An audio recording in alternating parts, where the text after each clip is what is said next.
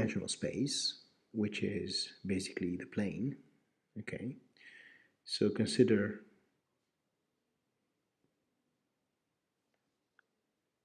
R2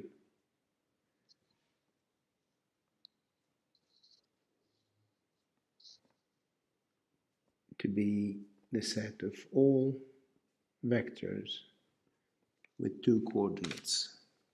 I'm going to call them x1, x2, instead of the traditional x and y, because eventually we're going to generalize this to spaces of any dimension. So this 2 here will become maybe a 3 or a 4 or 5 or 27 or 200. So this number here can grow arbitrarily large. And there's many applications, real-world applications, which require very large dimensions.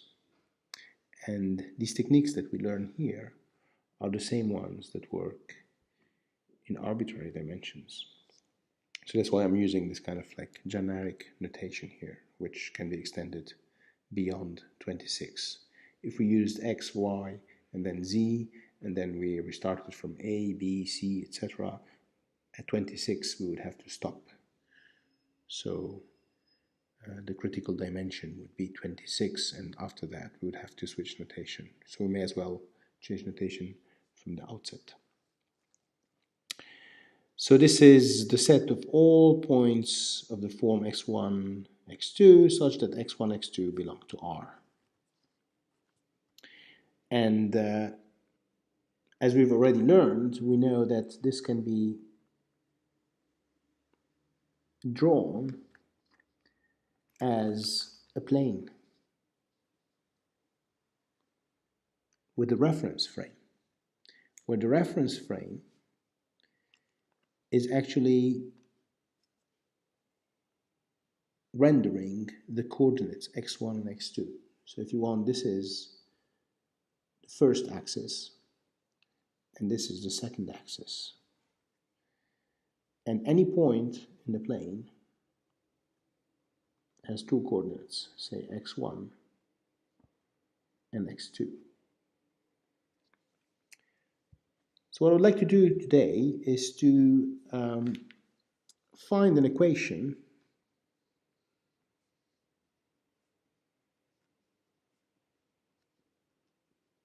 of the form f of x1, x2 equals 0, which is satisfied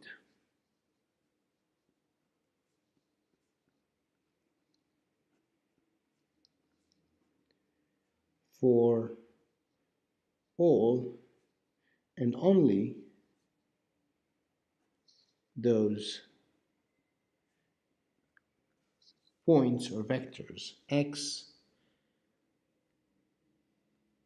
on a line, on a straight line. Okay, so whenever we say line, we mean straight line. So let me point out that here.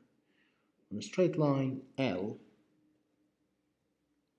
identified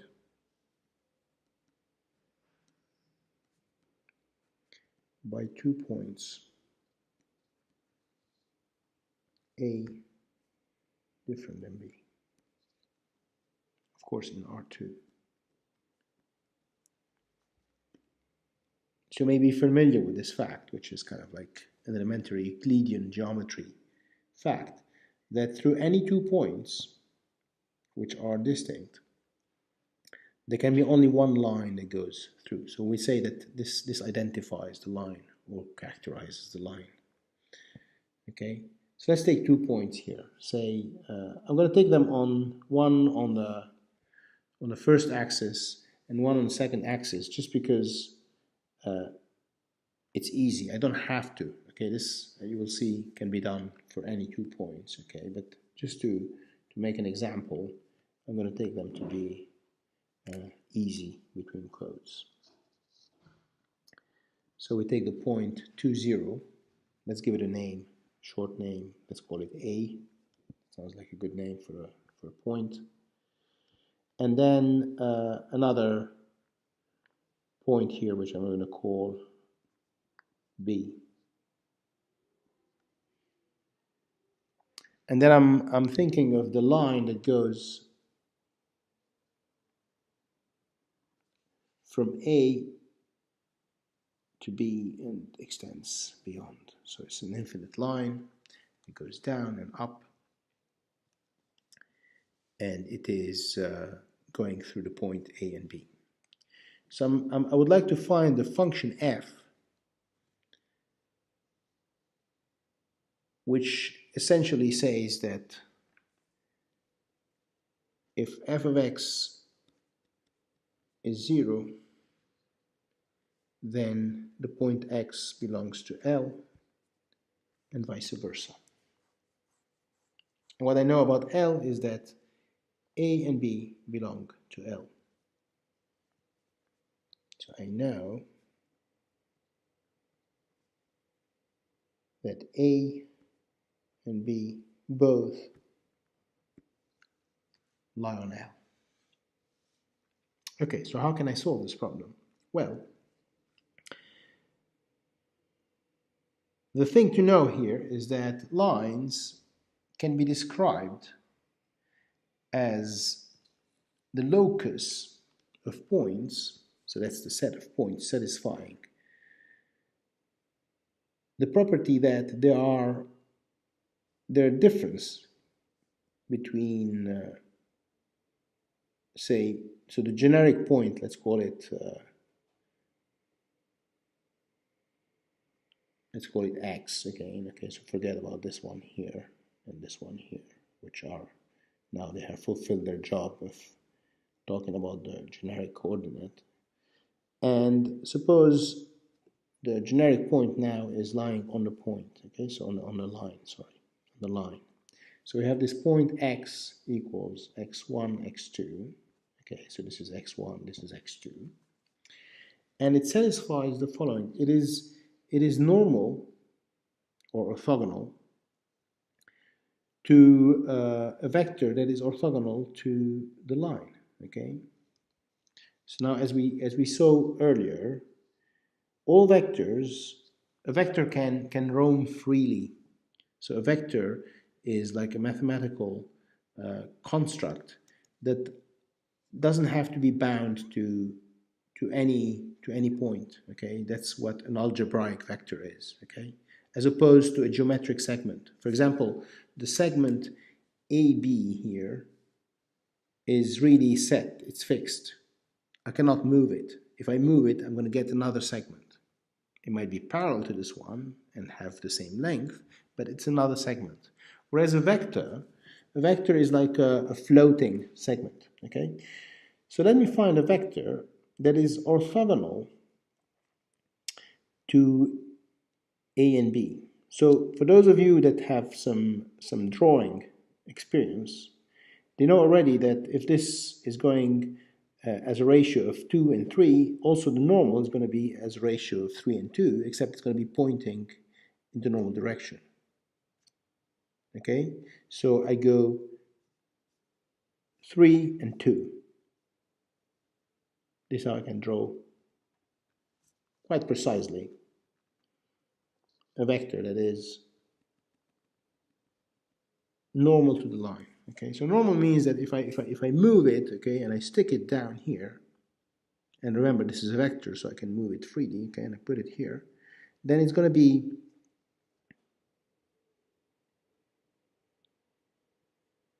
hitting the line at an angle of 90 degrees, or if you want, pi, half, or a quarter turn. Doesn't matter.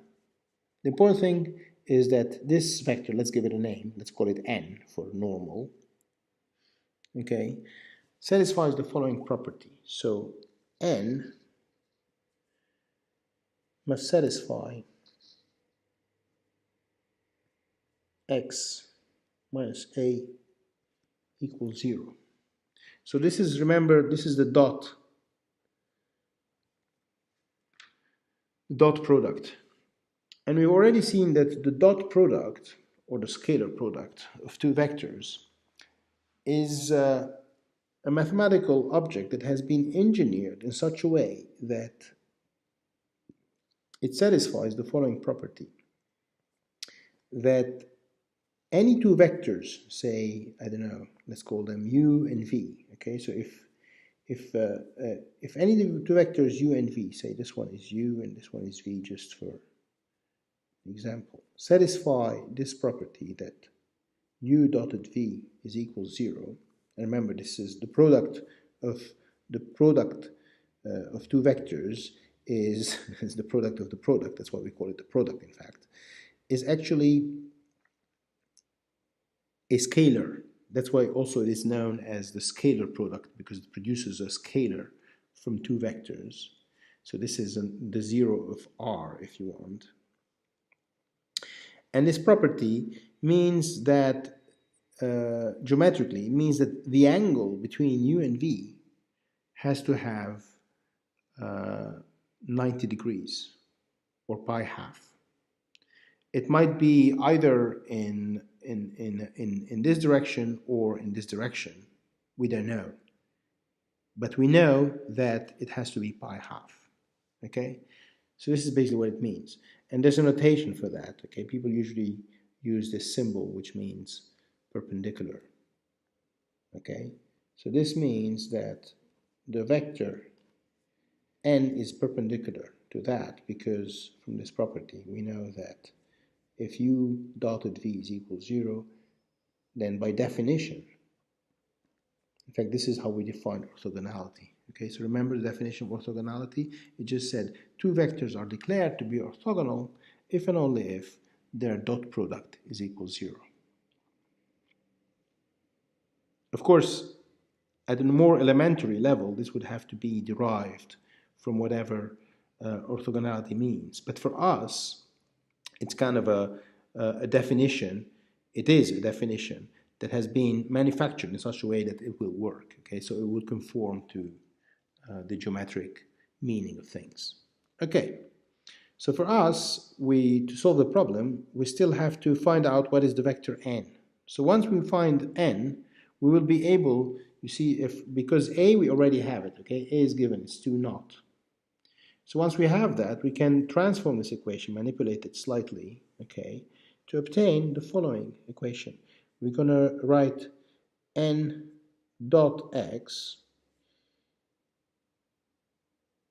equals n dot a, or if you prefer, it can be written as n dot x minus n dot a equals 0. So you see where I'm going? I'm trying to make this side resemble more and more something which is a function that I know. So if I have a and if I have n, something which I still have to show you, okay? So if we find n, then we will have a complete equation here for x, because the only unknown in the equation will be x. But we keep x unknown because actually that's what we need. Okay, we need x to be an unknown, which, provided it solves the equation, then it lies on the line L, and vice versa. If it lies on the line L, then it has to solve the equation. Okay, so at this point, all we need to do is to find n. Then we have found f of x in the following form: n dot x minus n dotted a. Okay, so all we need to do now is to find n. Now in 2D it's quite easy to find this n because there's a trick, right? So the trick is the following. It says if you have a vector, let's say, suppose I have a vector, let's call it u, okay? And it has 2 coordinates, okay? And it's non-zero. Of course, this for 0 vectors doesn't make sense, but if I have a vector which is non-zero, it means that one of its coordinates has to be non-zero. Okay, so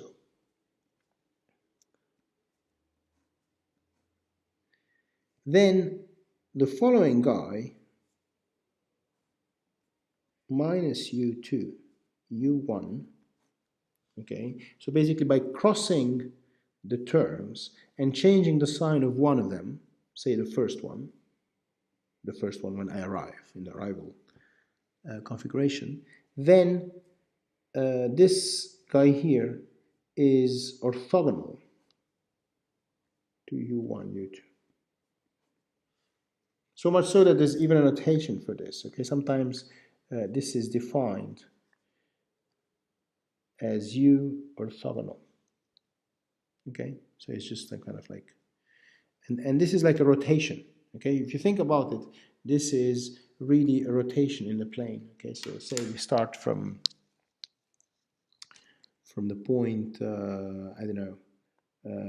Well, let's take this vector here. Okay, so what is this vector here? It's the one that goes 2 forward and 3 upwards. Okay, so let me write it here. Okay, so 2 and 3, 1, 2, and then 3. Yeah, so it's here. That's the vector. Okay, so this is the vector that can be written as a minus b.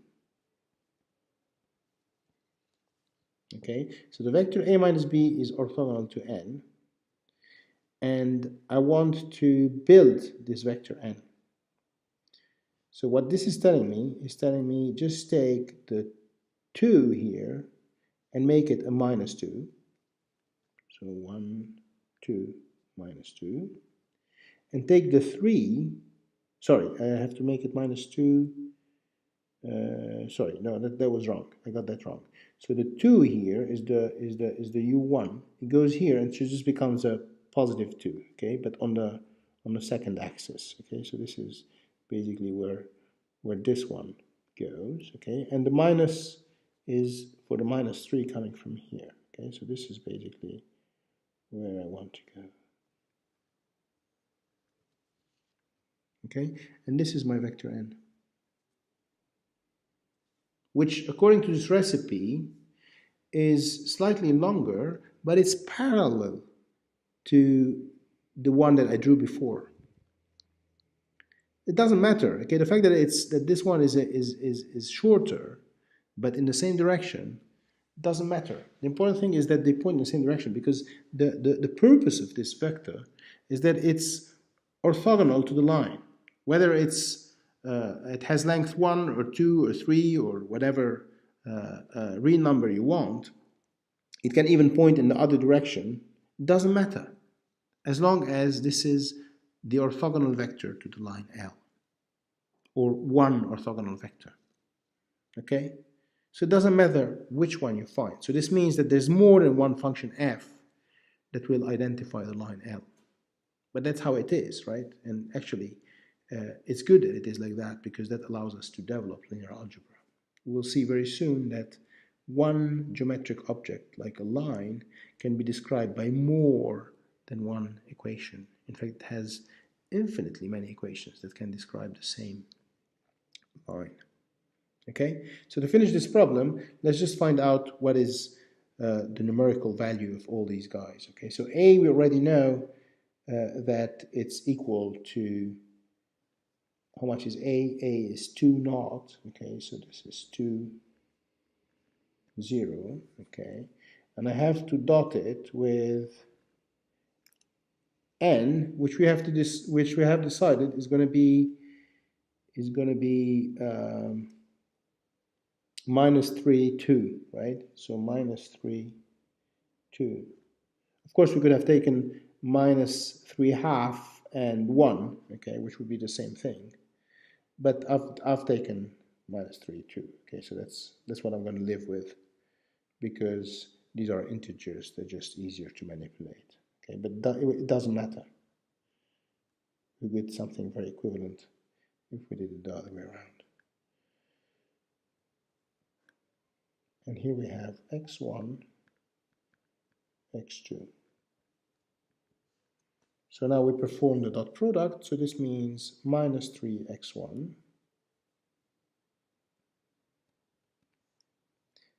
and this is 2 times x2. So we're summing, so this is how the dot product works. Remember, you multiply entry with entry, and then you sum them up. Okay, so this is the first dot product, and the second dot product yields minus 6. and this one here gives nothing because it's a 0. So that's what we've got. Okay, so this is the equation for our line. So the equation for our line is simply f of x, or forget f of x because I've already written it. Okay, so let me rewrite it more explicitly here. The equation for our line is minus 3x1 plus 2x2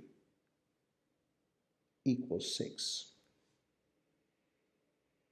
Okay, because I've equated this to 0 and then I move this to the right hand side. And that's it.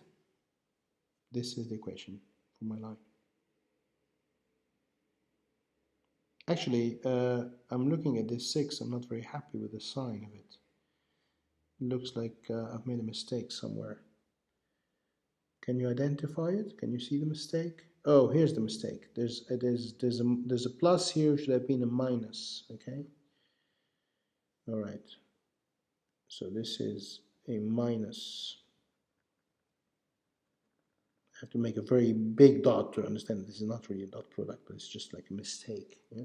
So there was a mistake, and this is the minus sign here. So this is a plus 6, and this ends up being a minus 6 here. Yeah?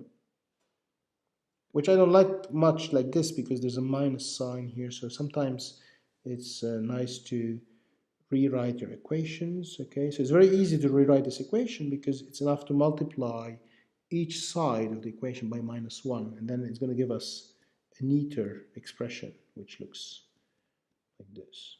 Not that it changes things, okay, this is the same thing, it's equivalent. Yeah, so this sign means that this equation are completely equivalent. It's just a bit nicer to write. Okay, so this is the equation in the form that I wanted it. All right, so that's it, equation of a line in the plane.